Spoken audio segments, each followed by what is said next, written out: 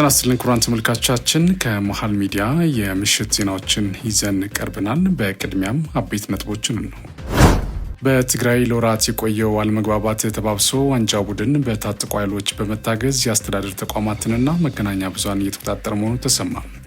በሌላ በኩል አቶ ጌታቸው ወደ መቀሌ ሊያቀኑ መሆኑን ቃላቸውን ሰጥተዋል።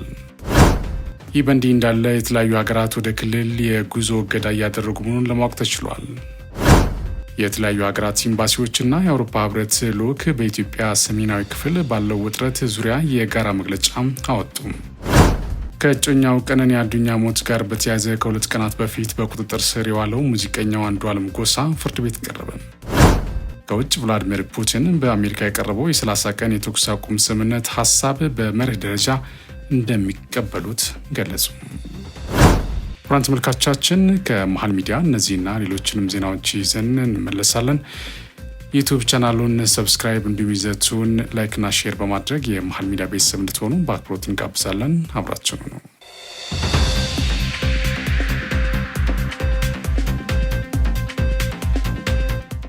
በቅድሚያ ኢትዮጵያና ሩዋንዳ በተለያዩ ወታደራዊ መስኮች በጋራ መስራት የሚያስችል ስምምነት ተፈራረሙ። ስምምነቱን የጦር ኃይሎች ጠቅላይ ኤታማዦር ሹም ፊልድ ማርሻል ብርሃኑ ጁላ እና የሩዋንዳው ጠቅላይ ኤታማዦር ሹም ጀነራል ሙባረክ ሙጋጋ ተፈራርመዋል። የመከላከያ ውጭ ግንኙነትና ወታደራዊ ትብብር ዋና ዳይሬክተር ሜጀር ጀነራል ተሾመ ገመቹ ኢትዮጵያና ሩዋንዳ በልዩ ልዩ ወታደራዊ ጉዳዮች ዙሪያ ለረጅም ዓመታት ሲሰሩ መቆየታቸውን አነስቷል። አሁን ላይም የነበረውን ሁለንተናዊ ትብብር ይበልጥ ለማጠናከር መስማማታቸውን ከመከላከያ ሰራዊት ማህበራዊ ትስስር ገጽ የተገኘ መረጃ አመላክቷል። በወታደራዊ አቅም ግንባታ፣ ስልጠና፣ በተሞክሮ ልውውጥ፣ ሽብርተኝነትን በመከላከልና በሌሎች ተያያዥ ወታደራዊ ጉዳዮች ዙሪያ በጋራ ለመስራት ከስምምነት ላይ መድረሳቸውም ተነግሯል። በሩዋንዳ መከላከያ የዓለም አቀፍ ግንኙነት ዳይሬክተር ጀነራል ብርጋዴር ጀነራል ፓትሪክ ካርቲዋ በበኩላቸው ኢትዮጵያና ሩዋንዳ ረጅም ጊዜያትን ያስቆጠረ ጠንካራ ግንኙነት እንዳላቸው አስታውሰዋል። ኢትዮጵያ በችግራችን ጊዜ ፈጥና የደረሰችልን ሀገር ነች ያሉት ብርጋዴር ጀነራል ፓትሪክ ከኢትዮጵያ ጋር በልዩ ልዩ ወታደራዊ ጉዳዮች ዙሪያ ያለንን ግንኙነት አጠናክረን እንቀጥላለን ሲሉም ተደምጠዋል። በጎዴ የተገነባው ካምፕ ተመርቆ ለአገልግሎት መብቃቱ ለሰራዊቱ ትልቅ አቅም እንደሚፈጥር ተገለጸ። በፌዴራል ምክትል ጠቅላይ ሚኒስትር አቶ ተመስገን ጥሩነህ የተመረቀው በጎዴ የተገነባው የኮር ጠቅላይ መምሪያ ካምፕ ለአገልግሎት መብቃቱ ለሰራዊቱ ትልቅ አቅም እንደሚፈጥር ተገልጿል። የፕሮጀክቱን መጠናቀቅ አስመልክቶ የላቀ አስተዋጽኦ ላበረከቱ አካላት የእውቅናና የሽልማት መርሃ ግብር ተከናውኗል። በቀጠናው የሚገኝ ክፍለ ጦር አዛዥ ኮሎኔል አለም መብራቱ ሰራዊታችን በጥሩ ሁኔታ እንዲኖር ይህን ትልቅ ካምፕ ተገንብቶ ለአገልግሎት ያበቁት አካላት አመስግነዋል። አዛዡ የጎዴ ዞን ትልቅ የልማት አካባቢ መሆኑን ጠቁሞ ለዚህም የሚስተዋለውን የሰላም እንቅስቃሴ ማስጠበቅ ይገባል ብሏል። የፕሮጀክቱ ግንባታ ኃላፊ ሻምበል ኢንጂነር መንትሱኖት ሁሉም አሟልቶ የያዘ ምቹ ዘመናዊ ካምፕ መገንባቱን ገልጸው ለዚህም የበላይ አመራሩና የፕሮጀክቱ ሰራተኞች ቁርጠኝነት የላቀ እንደነበር ተናግሯል። ከአሁን ቀደም የተለያዩ ፕሮጀክቶች በማጠናቀቅ ልምድ ያካበቱ መሆናቸውን ያሱት ኃላፊው ለአካባቢው መስተዳደርም የበጎ አድራጎት ተግባራት ማከናወናቸውን ገልጿል። የጎዴ ከተማ አገልግሎት የመሬት ልማት ዳይሬክተር ኢንጂነር አብዱራህማን መሐመድ የምረቃ መርሃ ግብሩን ተከታትለው በሰጡት አስተያየት ካምፑ በአካባቢው መገንባቱ ከሰራዊቱ አለኝታነት በተጨማሪ ለከተማው ትልቅ ውበትና ድምቀትን እንደፈጠረ ተናግረዋል። የዩኒቨርሲቲ የቦርድ አመራሮች ለከፍተኛ ትምህርት ተቋማት የለውጥና የሪፎርም ስራዎች ውጤታማነት ኃላፊነታቸውን በላቀ ሁኔታ መወጣት እንደሚገባቸው የትምህርት ሚኒስትሩ ፕሮፌሰር ብርሃኑ ነጋ አሳሰቡ። የዩኒቨርሲቲ ስራ አመራር ቦርድ አባላት የምክክር መድረክ አካሂዷል። ሚኒስትሩ ፕሮፌሰር ብርሃኑ ነጋ በወቅቱ እንዳሉት የቦርድ አባላቱ በከፍተኛ ትምህርት ዘርፍ የተወሰዱ የሪፎርም እርምጃዎች የታለመላቸውን ግብ እንዲመቱ የሚጠበቅባቸውን ኃላፊነት በላቀ ሁኔታ መፈጸም ይገባቸዋል ብሏል። የትምህርት ሚኒስቴር የከፍተኛ ትምህርት ልማት ዘርፍ ሚኒስትር ዴኤታ አቶ ኮራ ጡሼኔ በበኩላቸው የቦርድ አመራሮች የትምህርት ዘርፍን በመለወጥ ፍትሐዊና ጥራት ያለው ትምህርትን ለማረጋገጥ ልዩ ትኩረት ሰጥቶ መስራት እንደሚገባቸው አመላክቷል። በምክክር መድረኩ ላይ የዩኒቨርሲቲ አመራሮች ምልመላ፣ መረጣና ምደባ፣ የከፍተኛ ትምህርት ረቂቅ አዋጅ እንዲሁም የዩኒቨርሲቲ ተማሪዎች ነጻ የማህበረሰብ አገልግሎት ረቂቅ ሰነድ ቀርበው ውይይት ተደርጎባቸዋል። የህግ ማዕቀፎቹ የከፍተኛ ትምህርት ልማት ዘርፍ እየተገበሩ ያሉ ሪፎርሞች የሚሄዱበትን አቅጣጫ ህጋዊ መሰረት ለማስያዝ ያለም መሆናቸውም ከሚኒስቴሩ የተገኘው መረጃ አመላክተዋል። ኢትዮጵያና ኩባ በተለያዩ ዘርፎች በትብብር መስራት የሚያስችላቸውን የመግባቢያ ስምምነቶች ተፈራረሙ። የባህልና ስፖርት ሚኒስትር ሸዊት ሻንካ ከኩባ የውጭ ጉዳይ ሚኒስትር ብሩኖ ኤድዋርዶ ሮድሪጌዝ ፓሬላ ጋር የባህል ዘርፍ ትብብር ለማጠናከር የመግባቢያ ስምምነት ተፈራርመዋል። በተመሳሳይ ሁለቱ ሀገራት በቴክኖሎጂ ኢነርጂና ኢኖቬሽን ዘርፎች በጋራ ለመስራት የመግባቢያ ስምምነት ተፈራርመዋል። ስምምነቱን የኢኖቬሽንና ቴክኖሎጂ ሚኒስትሩ ዶክተር በለጠ ሞላና በኢትዮጵያ የኩባ አምባሳደር ሜይሊን ሱዋሬዝ አልቫሬዝ ፈርሞታል። የውጭ ጉዳይ ሚኒስትር ዴኤታ አምባሳደር ምስጋኑ አረጋ በዚህ ወቅት ኢትዮጵያና ኩባ የረጅም ጊዜ የሁለትዮሽ ግንኙነት እንዳላቸው ጠቁሟል። የኩባ የውጭ ጉዳይ ሚኒስትር ብሩኖ ኤድዋርዶ ሮድሪጌዝ ፓሬላ በበኩላቸው በኢትዮጵያ የተሳካ ቆይታ እንደነበራቸው ገልጸው የሁለት ሀገራት የረጅም ዘመናት ግንኙነት ተጠናክሮ እንደሚቀጥል መናገራቸውን የኢትዮጵያ ዜና አገልግሎት ዘግበዋል። የፋይናንስ ተቋማት የአየር ንብረት ለውጥን ለመከላከል በሚደረገው ጥረት የበኩላቸውን ድርሻ ሊወጡ እንደሚገባ የፕላንና ልማት ሚኒስቴር ገለጸ። የፋይናንስ ተቋሞቻችን በዓለም አቀፍ ደረጃ ያለውን የአየር ንብረት ፋይናንስ ማምጣት ይጠበቅባቸዋል በሚል መሪ ሀሳብ ከሁሉም የፋይናንስ ተቋማት አመራሮች ጋር በዛሬው ዕለት ምክክር አካሂዷል። በመድረኩ የፕላንና ልማት ሚኒስትር ዶክተር ፍጹም አሰፋ ኢትዮጵያ የአየር ንብረት ለውጥን ለመከላከል በምታደርገው ጥረት የሀገር ውስጥ የፋይናንስ ተቋማት የበኩላቸውን ኃላፊነት እንዲወጡ አሳስበዋል።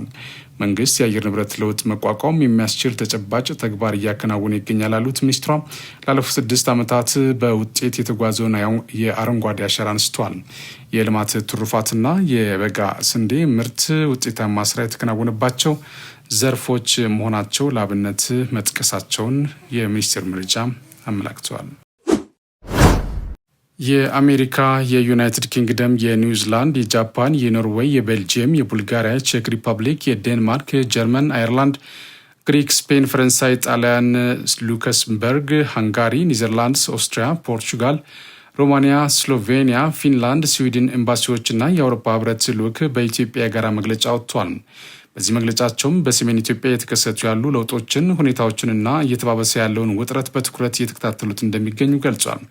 እንደ አውሮፓውያኑ የዘመን ቀመር ህዳር 2022 ለተፈጸመው የግጭት ማቆሚያ የፕሪቶሪያ ስምምነት ሙሉ ድጋፋቸውን እንደሚሰጡም ደግሞ አጽንኦት እንሰጣለን ሲል ገልጿል። ይህ ስምምነት የመሳሪያ ድምፅ እንዳይሰማና ህዝቡ እንዲረጋጋ እንዳደረገም አመላክቷል። ስለሆነም በፍጹም ወደ ሁከት፣ ግጭት፣ ጦርነት መመለስ እንደማይገባም አስገንዝበዋል። ሁሉም ወገኖች ተባብሰው አስቸኳይ ውይይት በማድረግ ውጥረቱን በማርገብ ስምምነቱን እንዲጠብቁ አጥብቀው አሳስበዋል። ማንኛውም አይነት ድጋፍ ለማድረግም ዝግጁ መሆናቸውን ተናግረዋል። ይህ በእንዲህ እንዳለ ትላንት የትግራይ ጊዜያዊ አስተዳደር ፕሬዚዳንት አቶ ጌታቸው ረዳ ከመቀለ ወደ አዲስ አበባ ከመጡ በኋላ ከአሜሪካ፣ ጀርመን፣ ፈረንሳይ፣ ጣሊያን፣ ዩናይትድ ኪንግደም እንዲሁም በአውሮፓ ህብረት አምባሳደሮች ጋር በትግራይ ስላለው ሁኔታና አስተዳደራቸው እየገጠመው ስላለው ፈተና ሰፋ ያለው ውይይት እንዳደረጉ ለማወቅ ተችሏል። ይህ በእንዲህ እንዳለ የተለያዩ ሀገራት ወደ ትግራይ ክልል የጉዞ እገዳ እያደረጉ መሆኑን ለማወቅ ተችሏል። የክልሉ ዋና ከተማ መቀለን አንጃው ቡድን የራሱን ከንቲባ ሹሞ እንዳስገባና በክልሉ የሚገኝ ኤፍኤም ራዲዮን ተቆጣጠርኩ ካለ ወዲህ አዳዲስ ነገሮች እየተስተዋሉ ናቸው።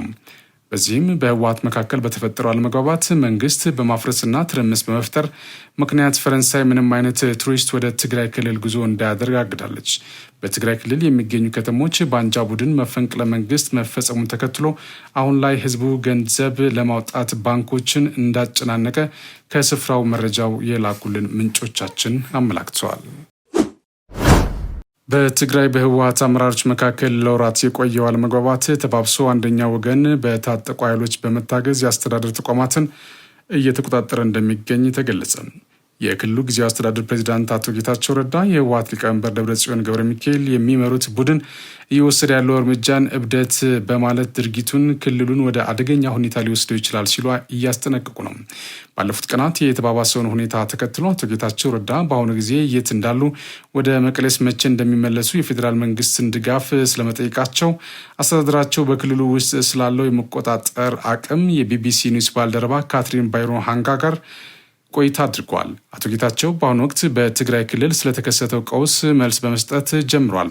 አቶ ጌታቸው የመንግስት ማህተም መንጠቅ ማለት ስልጣን መያዝ ማለት አይደለም፣ ነገር ግን መሬት ላይ ያለውን እውነታ በማዘባረቅ ከፌዴራል መንግስት ጋር ያለውን ግንኙነት መጠምዘዝ ነው ዓላማው። አንድ የህወሓት አንጃ ከፌዴራል መንግስት ጋር መደራደር ከጀመረ የፕሬዝዳንትነት ቦታውን ይይዛል የሚል አስተሳሰብ አለ ብሏል። አቶ ጌታቸው አክሎም አብዛኛው የወታደር ክፍል የትግራይ የግዛት አንድነት መጠበቅ አለበት ብሎ ነው የሚያምነው። የፕሪቶሪያ ስምምነት ሙሉ በሙሉ እንዲፈጸም ይሻል። አንዳንድ ቦታዎች ሰው በተሰበሰበበት ጥይት ተተኩሷል በማለት ያብራራሉ። ይህ የሆነው አንዳንድ እብድ ሰዎች የመንግስት ማህተም ለመንጠቅ እና ስልጣን ለመያዝ ካላቸው ጥም የተነሳ ነው የሚሉት ፕሬዚዳንቱ ዓላማው ከተማ መቆጣጠር ሳይሆን በአንዳንድ ከተሞች ግርግር በመፍጠር ነው ሲሉ ለቢቢሲ ምላሽ ሰጥቷል። ቢቢሲ አሁን ትግራይ ነው ያሉት ብሎ ላቀረበላቸው ጥያቄ ፕሬዚዳንት አቶ ጌታቸው አሁን አዲስ አበባ ነው ያሉት ብለው የመለሱ ሲሆን ትግራይን ጥለው ለምን ወጡ ለሚለው ጥያቄ አቶ ጌታቸው ከጠቅላይ ሚኒስትሩ ዶክተር አብይ አህመድ ስልክ ተደውሎልኝ ነው የመጣሁት። ጠቅላይ ሚኒስትሩ መሬት ላይ ያለውን ነገር እንዳብራራላቸው ነው የጠሩኝ። ይህን ጉዳይ ከጠቅላይ ሚኒስትሩ ብቻ ሳይሆን ከአንዳንድ ምዕራባውያን ዲፕሎማቶች ጋር እየተወያዩበት ነው ሲሉ ገልጿል። አክለውም ከአውሮፓና ከዩናይትድ ስቴትስ አምባሳደሮች ጋር አውርቻለሁ። እነዚህ ሰዎች ሁኔታውን እየተከታተሉት ይገኛሉ። የፕሪቶሪያው ስምምነት ተፈጻሚ እንዲሆንም እያገዙ ያሉ ከመንግስት ባሻገር ዲፕሎማቶች ናቸው ብሏል። በቅርቡ ወደ ትግራይ ይመለሳሉ ተብሎ ላቀረበላቸው ጥያቄ አቶ ጌታቸው አሁን መለሳለሁ። አሁን ላይ ከጠቅላይ ሚኒስትሩ ጋር ያለኝን ስብሰባ ማጠናቀቅ አለብኝ። በሚቀጥሉት ቀናት ሌሎች ስብሰባዎች አሉኝ። ስለሆነም በሚቀጥለው ሳምንት መጀመሪያ ወደ ትግራይ እመለሳለሁ። እቅዴ እሱ ነው ብለዋል። በመግለጫቸው በማህበራዊ ሚዲያ ላይ የምንመለከተው ነገር ከትግራይ ሸሽተው እንደወጡ ነው። የእውነት ሸሽተዋልን ተብለው ለተጠየቁት አቶ ጌታቸው ለምንድን ነው ከትግራይ የሚሸሸው? ትላንት ማክሰኞ ከሰዓት ከህዝብ ጋር ውይይት እያደረግኩ ነበር። የጊዜው አስተዳደሩ አጋር የሆነው የፌዴራል መንግስት ስልክ ደወለልኝ። እርግጥ ነው ሁኔታው የሚያሳስብ ነው። ፌዴራል መንግስት ትግራይን የሚያስተዳድሩ ሰዎችን ስብሰባ ጠርቶ የማናገር መብት ስላለው ለዛም ተገዥ መሆናቸውን ገልጿል። ነገር ግን ይህ የሚባለው ነገር አንደኛው የህወሓት ክፍል ብዥታ መፍጠር ካለው ዓላማ ነው። ለውጥ ማምጣት የሚሹ ሰዎችን እኔን ጨምሮ ከትግራይ እየወጡ ነው ይላሉ። ነገር ግን ትግራይን ሸሽቶ ወጥቷል የሚባለው ሐሰት ነው። ህዝቡን ግራ ለማጋባት ያሰረጩት ወሬ ነው ሲሉም ሀሳባቸውን አጠቃለዋል። በእጮኛው ቀነኒ አዱኛ ሞት ጋር በተያያዘ ከ2 ቀናት በፊት በቁጥጥር ስር የዋለው ሙዚቀኛው አንዱዓለም ጎሳ ፍርድ ቤት ቀረበ።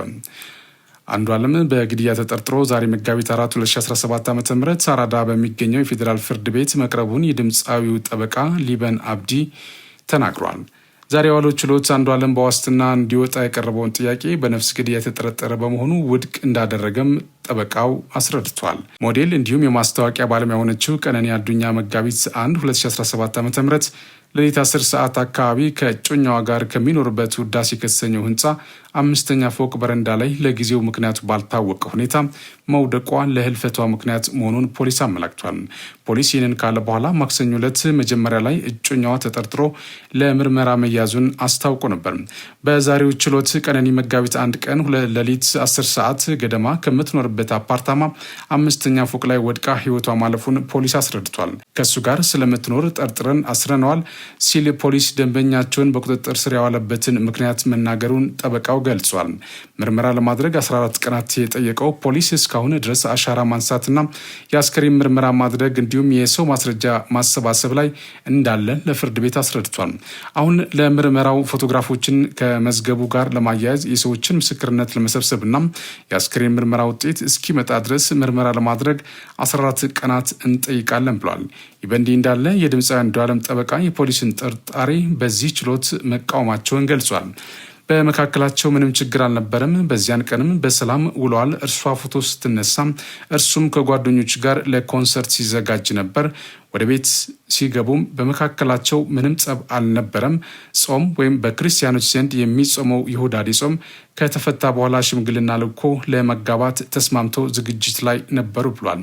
ስለዚህ በመካከላቸው እርሷን ለመግደል የሚያበቃ ምክንያት አልነበረም ሲሉ ጠበቃው መከራከራቸው ለማወቅ ተችሏል። አክለውም ፖሊስም አሁን ወድቃ ተገኘች አለ እንጂ እርሱ እንደገፈተራት የሚያሳይ ነገር ስለሌለ አሁን ባለው ሁናቴ ቀነኒ ራሷን መግደሏ እንጂ በሌላ ግለሰብ ወይንም በእኔ ደንበኛ መሞቷን አላስረዳም በማለት በዋስትና እንዲለቀቅ መጠየቃቸውን ተናግሯል። በተጨማሪም አርቲስት አንዷለም ቋሚ አድራሻ ስላለውና በማንኛውም ሰዓት መቅረብ ስለሚችል እንዲሁም አሁን ሀዘን ላይ ስላለ ወጥቶ እንዲያስተዛዝን የዋስትና መብቱ እንዲጠበቅ መጠየቃቸውን ተናግሯል። ሆኖም ፍርድ ቤቱ የዋስትና ጥያቄዎችን ውድቅ አድርጓል። ፍርድ ቤቱ በነፍስ ግድያ የተጠረጠረ በመሆኑ ለጊዜው የዋስትና ጥያቄዎችን አንመለከትም፣ የአስከሬን ምርመራ ውጤት ይምጣ፣ ማስረጃ ይሰብሰብና በቀጣይ ቀጥሮ የዋስትና ቀጥሮን የምናይ ይሆናል ማለቱን ጠበቃው አስረድቷል። በተጨማሪም አንዷለም ከእስር ቢፈታ በማህበራዊ ሚዲያ ላይ ቁጣ ስላለ እናም በመጀመሪያ ችሎት የዋስ መብቱን ለመጠበቅ ትንሽ አስቸጋሪ ነው በማለት ፍርድ ቤቱ ምላሽ መስጠቱን ጠበቃው አስረድቷል። በዚህ መሰረት ፖሊስ ለምርመራው ከጠየቁ 14 ቀናት ውስጥ 13 ቀን ተፈቅዶለት ቀጣይ ቀጥሮ ለመጋቢት 7 ቀን 2017 ተሰጥቷል። የአርቲስት አንዷለም ጠበቃ አብረው ስለኖሩ ለማጣራት በቁጥጥር ስር አዋሉት እንጂ እርሱ ነው የገደለው ያሉት ነገር የለም ብሏል። በችሎቱ እንደጠረጠሩት ተናግረዋል። ነገር ግን እሱን እንደገደለ የሚያሳይ ምንም ማስረጃ የለም ብሏል። በ25 ዓመቷ ህይወቷ ያለፈው ቀነኒ የቀብር ስነስርዓት በቅድስት ስላሴ ካቴድራል ቤተክርስቲያን ረቡዕ ዕለት ተፈጽሟል። አንዷለም በትናንትናው ዕለት በቀነኒ የቀብር ስነስርዓት ላይ ከፖሊስ ጋር በመሆን መገኘቱን በስፍራው ከነበሩ ሰዎች አረጋግጧል። የቀነኒ አባት አዱኛ ዋቆ ከቢቢሲ ኦሮምኛ ጋር ባደረጉት ልዩ ቃለ ምልልስ ልጃቸው ከፎቅ ወድቃ ሙታለች ብለው እንደማያምኑ ተናግሯል። ደውለው ልጅቷ ከፎቅ ወድቃለች ብለው ተናገሩ። ልጅቱ ከፎቅ ላይ አትወድቅም፣ የተረጋጋች ለለውጥ የምትሰራ ራሷን የምትቀይር ቤተሰቧን ለመለወጥ የምትሰራ ናት። ስለ ነገ ታስባለች። እንደዚህ አይነት ተልካሻ ነገሮች አታደርግም ማለታቸውን አስታውሷል። ከቢቢሲ ኦሮምኛ ጋር በነበራቸው ቃለ ምልልስ ወቅት ራሷን ከፎቅ ወረወረች የሚለው ነገር አይዋጥልኝም፣ ሰው ገድቷት እንድታደርግ ገፋፍቷት ካልሆነ በስተቀርም ብሏል። እኛ የምንፈልገው ፍትህ ብቻ ነው። እኛ የምንፈልገው የልጃችን ደም እንጂ ሌላ አይደለም ሲሉም አክለው ተናግረዋል። አስከትለውም ሆኖም አንዷለም እና ቀነኒ ጥሩ ግንኙነት እንዳላቸው አውቃለሁ ሲሉ አባቷ አብራርቷል። በምዕራብ ሐረርጌ ዞን ዳሮ ላቦ ወረዳ በሚጨታ ከተማ የተወለደችው ቀነኒ ከልጅነቷ ጀምሮ በትምህርት ጠንካራ እንደነበረች የህይወት ታሪኳ ያስረዳል። በ2011 ዓ.ም ከአርባ ምንጭ ዩኒቨርሲቲ በሃይድሮሊክ እና ዋተር ኢንጂነሪንግ ተመርቃለች። ከዚያ በኋላም በኦሮሚያ ውሃና ኢነርጂ ቢሮ ለተወሰነ ጊዜ ሰርታለች። ቀነኒ በሞዴሊንግ በማስታወቂያና በመዝናኛ ስራዎቿ የምትታወቅ ናት። በደቡብ ምዕራብ ኢትዮጵያ ህዝቦች ክልል ሸካ ዞን ፊዴ ከተማ ትልቅ ዛፍ ወድቆ የ7 ሰዎች ህይወት ማለፉ ተገለጸ። በገበያ መሃል በደረሰው አደጋ ከሟቾች በተጨማሪ በ8 ሰዎች ላይ ከባድና ቀላል ጉዳት መድረሱንም የክልሉ ኮሚኒኬሽን ቢሮ መረጃ አመላክቷል። የክልሉ መንግስት በአደጋው በደረሰው ሞትና ጉዳት የተሰማውን ጥልቅ ሐዘን ገልጸዋል።